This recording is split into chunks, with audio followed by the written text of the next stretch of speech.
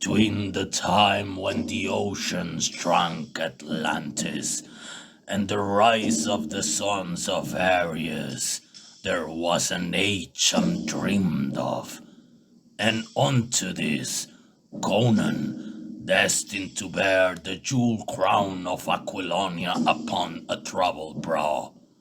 It is I, his chronicler, who alone can tell thee of his saga. Let me tell you of the days of high adventure.